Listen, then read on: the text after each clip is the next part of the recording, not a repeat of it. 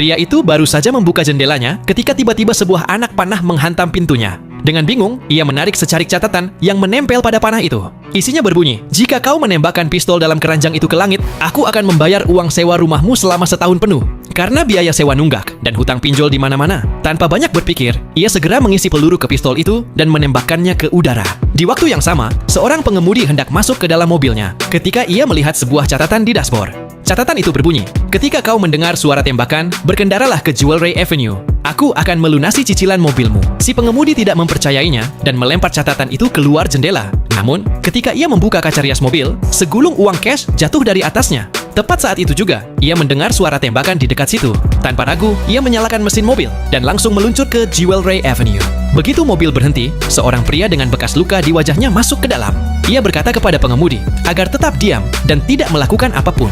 Ia lalu mengambil sebuah surat aneh dari dalam mobil dan memberikannya kepada pemilik toko perhiasan.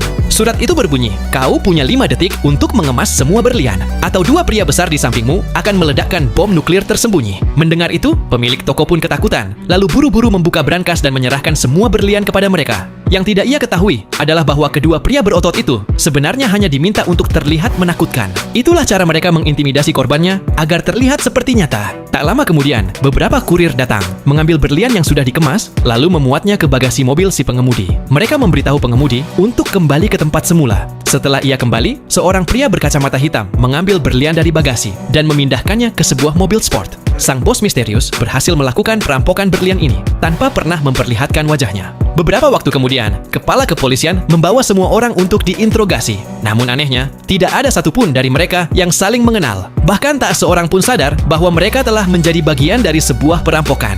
Karena tidak menemukan petunjuk, kepala kepolisian akhirnya menginterogasi orang terakhir, yaitu pria berkacamata hitam. Ia hanya berkata, "Aku tidak melihat apa-apa." Kepala polisi membentak, "Apa kau buta atau bagaimana?" Ternyata, pria itu memang buta, dan tugas pria itu hanyalah membawa sebuah tas dan berjalan 5 langkah ke depan. Setelah ia melakukannya, ia akan menerima imbalannya. Nah, bagi kalian yang penasaran siapa pelaku sebenarnya, kalian bisa saksikan film India ini dengan judul Saaho 2009.